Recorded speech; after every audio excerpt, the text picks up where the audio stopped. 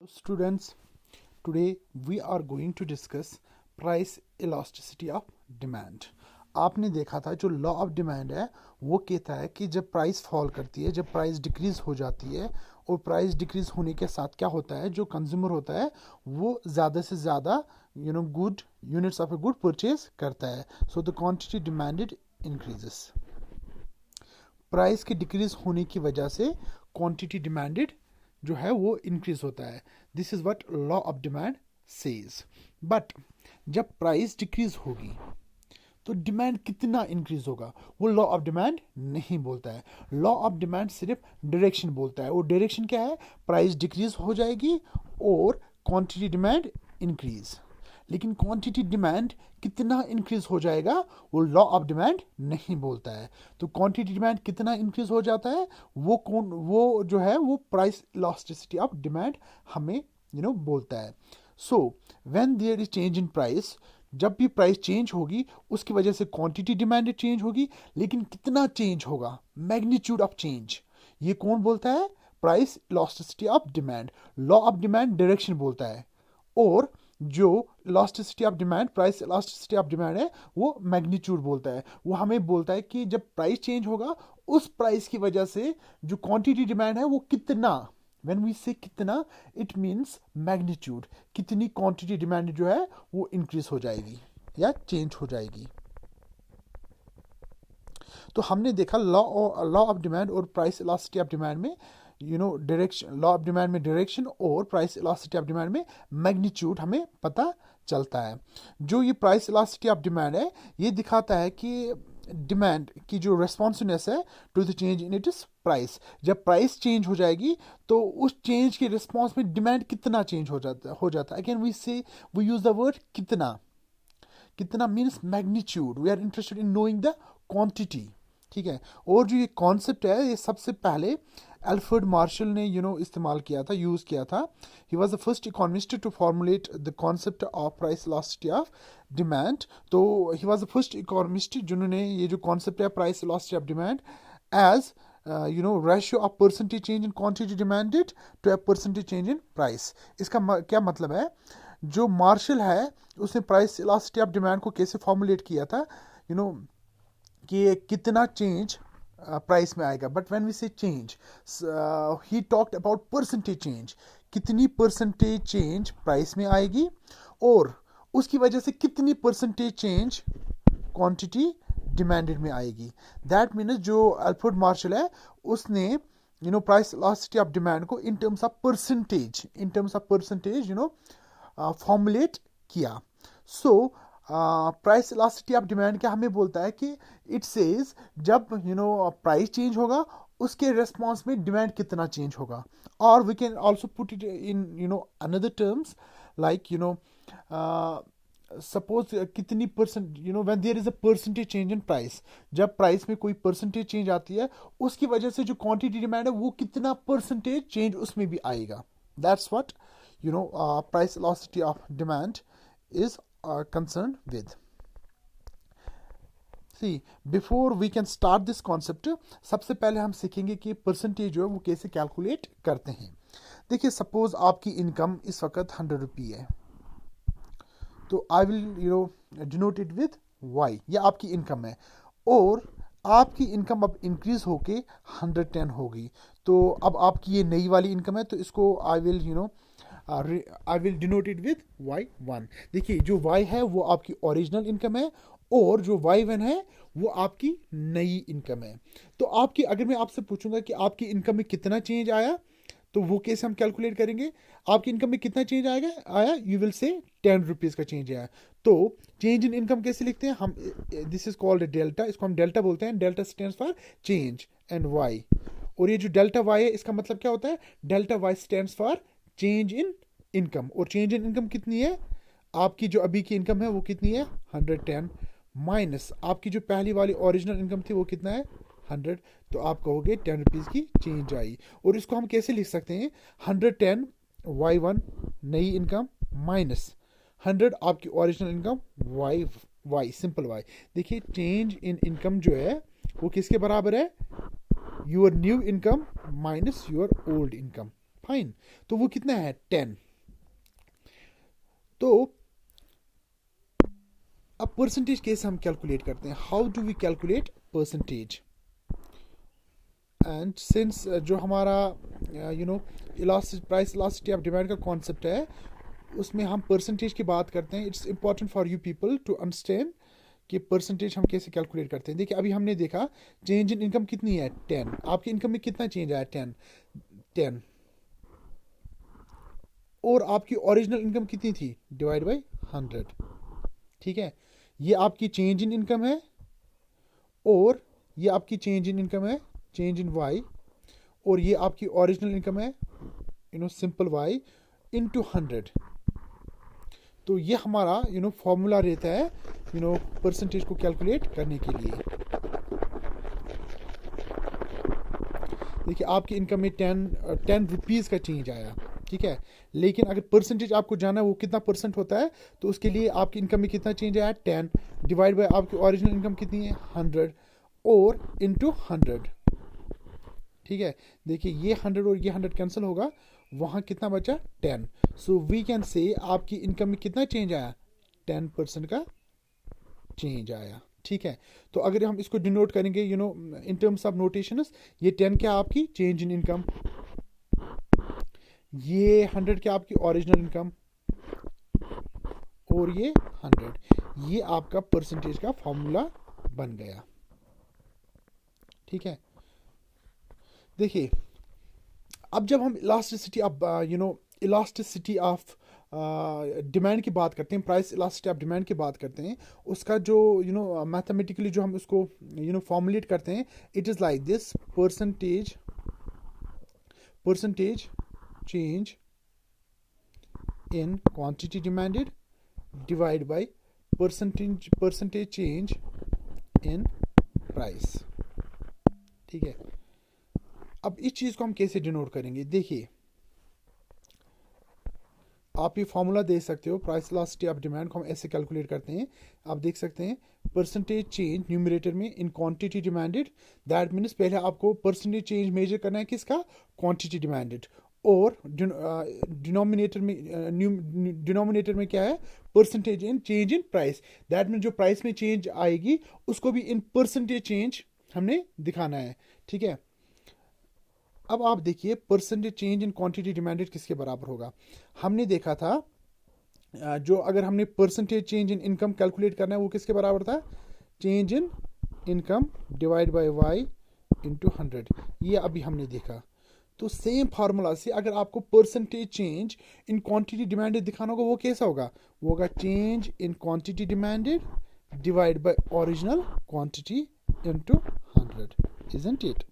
और change in quantity किसके बराबर है, हमने अभी देखा था कुछ टाइम पहले, चेंज इन क्वांटिटी होती है new quantity Q1 minus original quantity.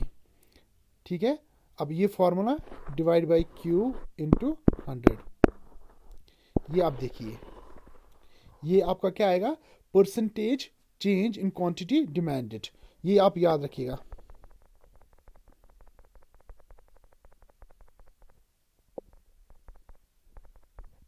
देखिए आप ये देख सकते हैं न्यूमरेटर में ये वाला जो है ये भी क्या दिखा रहा है, जो मैंने अभी आपको कहा था Q1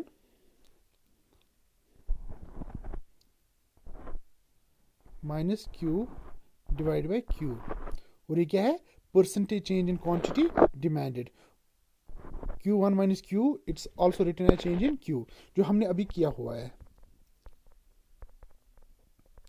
in the same way अगर हमने प्राइस का दिखाना होगा परसेंटेज चेंज, वो हम कैसे दिखा सकते हैं कि कितनी परसेंट प्राइस चेंज होगी, तो हम सिंपली दिखा सकते हैं change in price divide by original price, sorry divide by change in price divide by original price into 100, ये फॉर्मूला है किसका, परसेंटेज चेंज इन प्राइस। हम इसको ऐसे भी लिख सकते हैं, चेंज इन प्राइस को हम लिख सकते हैं new price minus original price divide by original price into 100। ठीक है, और ये वाला जो पार्ट है P1 new price minus P divide by P, ये देखिए you can also find it here इस फॉर्मूला में, ये देखिए इस फॉर्मूला के डिनोमिनेटर में। ठीक है, P1 minus P divided by P. P1 minus P is nothing but change in price divided by original price. ऐसे ही हम परसेंटेज चेंज को कैलकुलेट करते हैं. और जो ये 100 है, इसका 100 और क्वांटिटी डिमांडेड का जो 100 है वो कैंसिल होता है. देखिए, यू मस्ट बी थिंकिंग कि 100 कहाँ चला गया. देखिए, यहाँ पर भी 100 है और यहाँ पर भी इसका भी अपना 100 है. ये 100 और 100 कैंसिल हो जाएगा, इसलिए यहाँ पर इस फार्मूला में आप देखोगे कहीं पर 100 नहीं है. देखिए, यहाँ तक हमने कैलकुलेशन की. ये जो डिवाइड है, ये देखिए आप, change in Q1 minus Q, this is change in quantity demanded by original Q. देखिए, सेम फार्मूला है और इस फार्मूला को ऐसे यहाँ पर हमने लिया हुआ है. और ये जो यहाँ पर देखिए, ये जो यहाँ पर डिवाइड है, ये वाला जो यहाँ पर डिवाइड है, इसको देखिए, change in Q divide by Q divide by change in P whole divide by change in P. देखिए अब P, इसको अगर हम मल्टीपल में कन्वर्ट करेंगे, देखिए change in Q divide by Q. ये जो यहाँ पर डिवाइड है, होल डिवाइड है, अगर इसको मल्टीपल में कन्वर्ट करेंगे तो न्यूमरेटर में P आएगा और डिनोमिनेटर में चेंज इन P आएगा. ठीक है. और देखिए, अगर इसको हम ऐसे लिखेंगे, change in Q divide by change in P into P by Q. ये वाला आप देखिए, ये वाला आप देखिए, ये isn't the same thing here.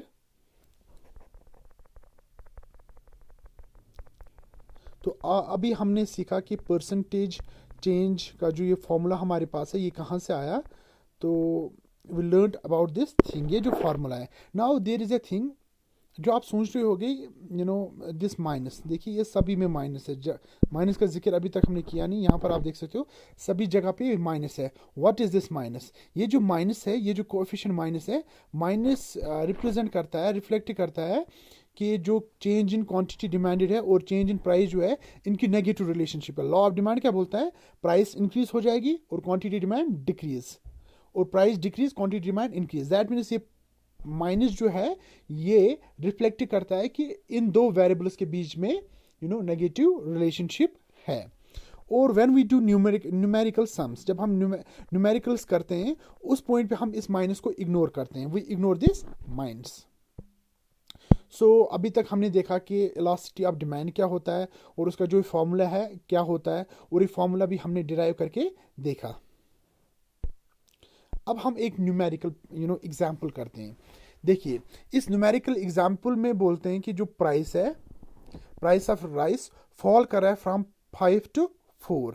That means price of rice पहले 5 थी, अब कितनी है? 4. 5 से 4 डिक्रीज हो गई. दैट मीन्स पहले की जो प्राइस थी वो क्या थी? 5. और अभी की जो प्राइस है P1, वो कितनी है? 4. ठीक है. तो चेंज इन प्राइस कैसे हम लिखते हैं? चेंज इन प्राइस होता है P1 new price minus original price. 4 minus 5, वो कितना हुआ? -1. अभी मैंने कुछ टाइम पे मैंने आपको बोला था कि इकोनॉमिक्स में जब हम प्राइस इलास्टिसिटी ऑफ डिमांड को कैलकुलेट करते हैं, उस वक्त हम माइनस को इग्नोर करते हैं. इसलिए ये जो माइनस है, we ignore it, so it is just 1. ठीक है. तो हमने देखा कि जो चेंज इन प्राइस है, इट इज 1. ठीक है. अब उसके बाद देखिए, जब प्राइस 5 से 4 डिक्रीज हो जाती है, it leads to an increase in demand. Demand increase हो जाती है, फ्रॉम 10 to 20. ये देखिए, डिमांड इंक्रीज होगी फ्रॉम 10 to 20. दैट मीन्स पहले कितनी डिमांड थी? 10. पहले डिमांड कितनी थी? 10. और अब डिमांड इंक्रीज होकर कितनी हो गई है? 20. तो चेंज इन डिमांड कितना है? चेंज इन डिमांड है ओरिजिनल माइनस, सॉरी, चेंज जो अभी नई क्वांटिटी है Q1 माइनस ओरिजिनल, 20 माइनस 10. तो चेंज इन क्वांटिटी डिमांडेड कितना है? 10. और चेंज इन प्राइस कितना है? 1. देखिए, यहां पर भी आप देख सकते हैं, चेंज इन क्वांटिटी डिमांडेड 10 आ रहा है और चेंज इन प्राइस क्या है? 1. अब इसको हम फॉर्मूला में पुट करेंगे.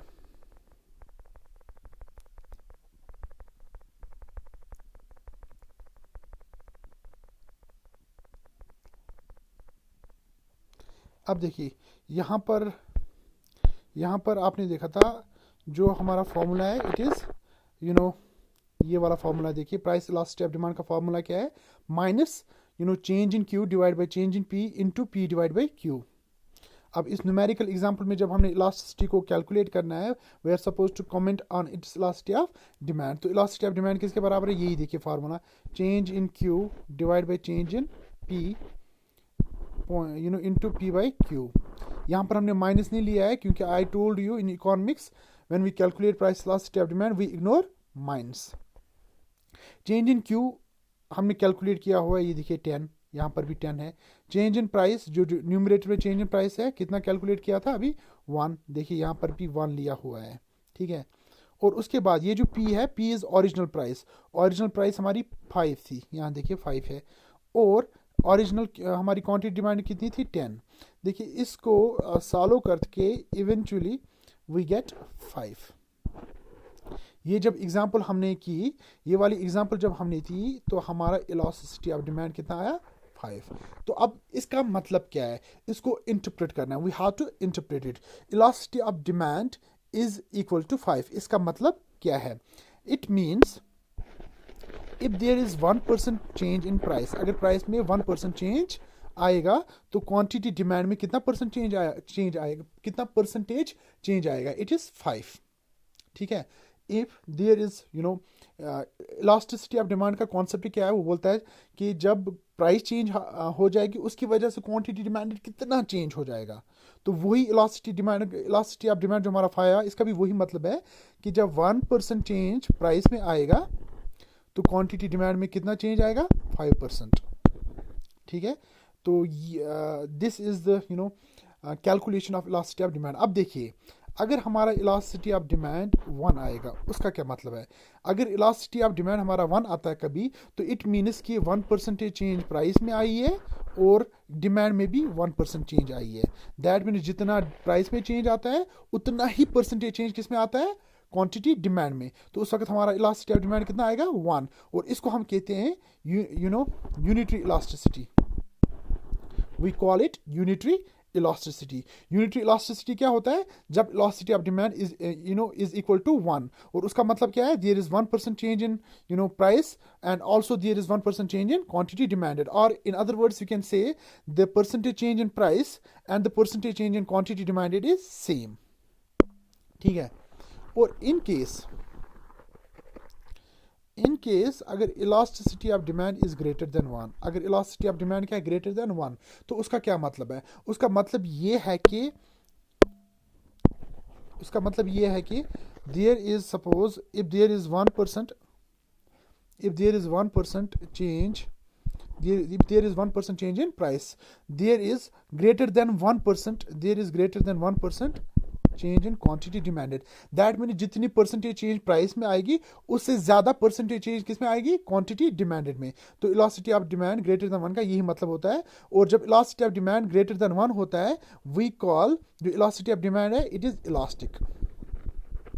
इसको हम कहते हैं elastic, we say the elastic elasticity of demand is elastic, ठीक है। अगर ग्रेटर देन 1 होगा, अगर इक्वल टू 1 होगा यूनिटरी इलास्टिसिटी, ठीक है। अगर अगर इक्वल टू 1 होगा यूनिटरी इलास्टिसिटी, और अगर ग्रेटर देन 1 होगा we say the demand is elastic demand, ठीक है। What if elasticity of in case elasticity of demand is less than 1, उसका क्या मतलब है, we are interpreting these conclusions. अगर elasticity of demand less than 1 होगा उसका क्या मतलब है, उसका मतलब है कि प्राइस में 1% चेंज आया था और क्वांटिटी डिमांडेड में लेस देन 1% चेंज आया था। दैट मीन जितना प्राइस चेंज हो रहा है उतना क्वांटिटी चेंज नहीं हो रहा है।